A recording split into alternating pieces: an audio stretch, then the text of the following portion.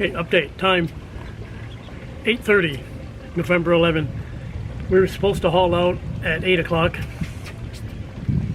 and there's still not a lot of activity in the boatyard. That in itself doesn't surprise me too much because I lived here for 2 months and I saw the general routine down there. And it just highlights really to me the fact that next 2 weeks communication is going to be the key with this boatyard, because they, you know, the way people think is different in different cultures, of course.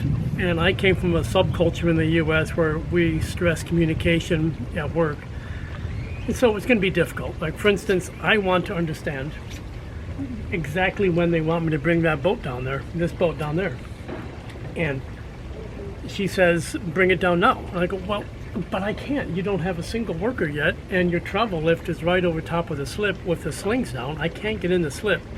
And even if I got in the slip, there's no place to tie off to. So I said, you know, if posible, you know, una hora es okay, you know, so one hour is fine. I said, no hurry, no hurry. And so really, we're kind of like, I'm still not quite sure when I'm going to get some kind of green light. Communication. This will be an advanced course in communication for the next 2.5 weeks. So let's see how it goes.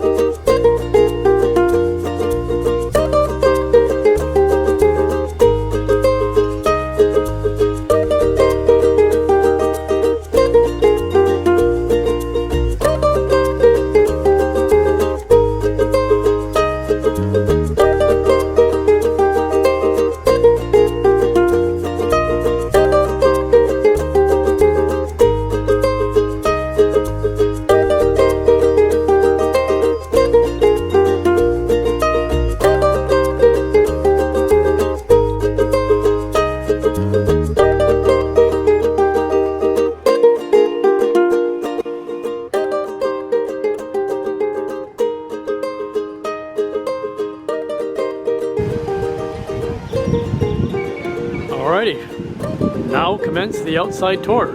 We'll take a walk down the starboard side,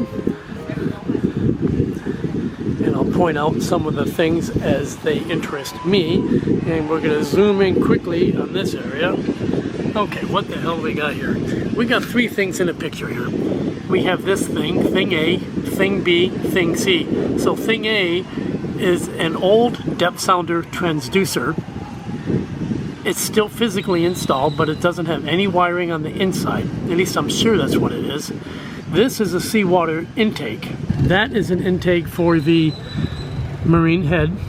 It also provided salt water to an auxiliary hose for whatever reason, and it also provided salt water cooling to the air conditioner. This thing, thing C, is some kind of funky transducer, and I just don't know exactly what it was. It appears to be a big fiberglass block, which is like a wedge shape, so that this is exactly facing down. And on the inside, it looks like a teardrop-shaped piece of wood. I've got pictures of that, of course.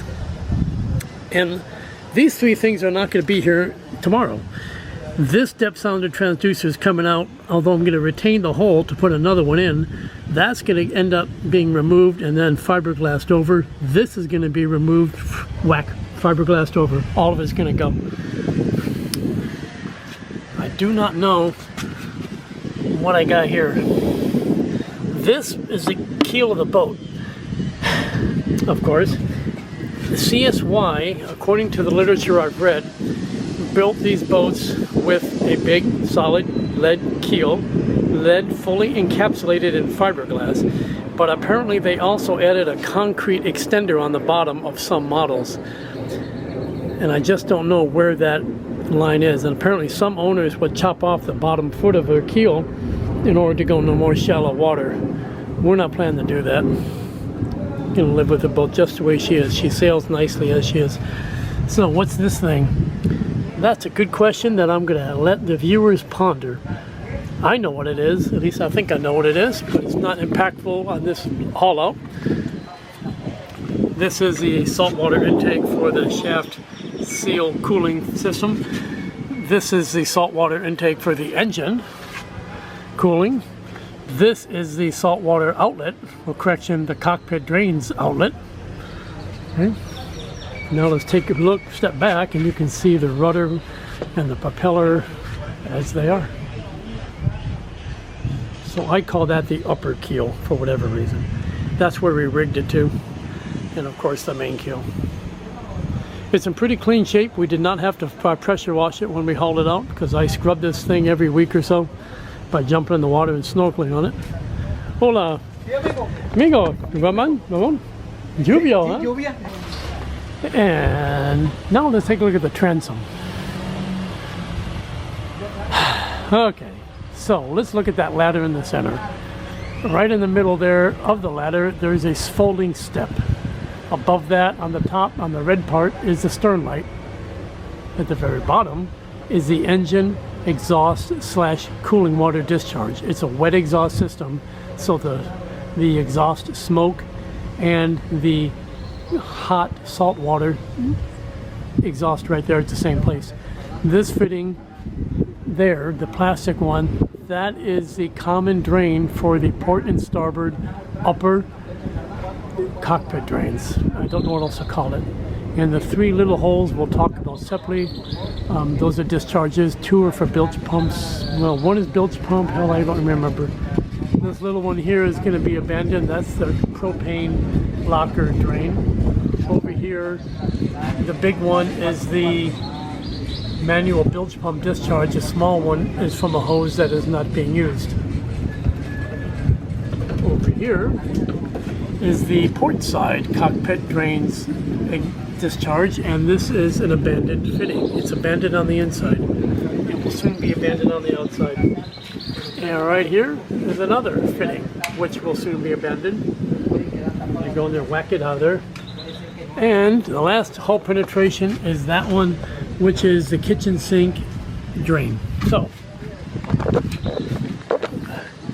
okay, so that all being said, I'm just going to shut up and do a real quick walkthrough.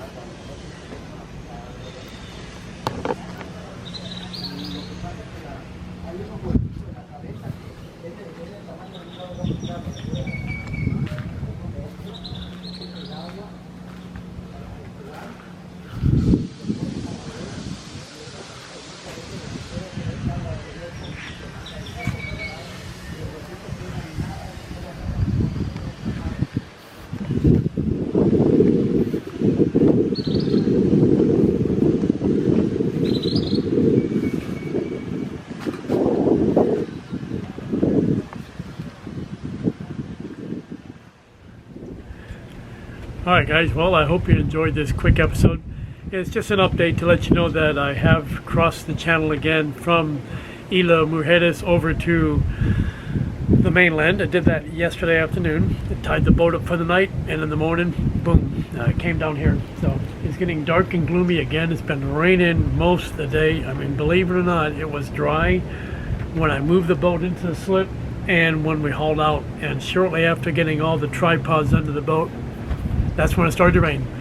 And it's been raining pretty much all damn day. So, no complaints.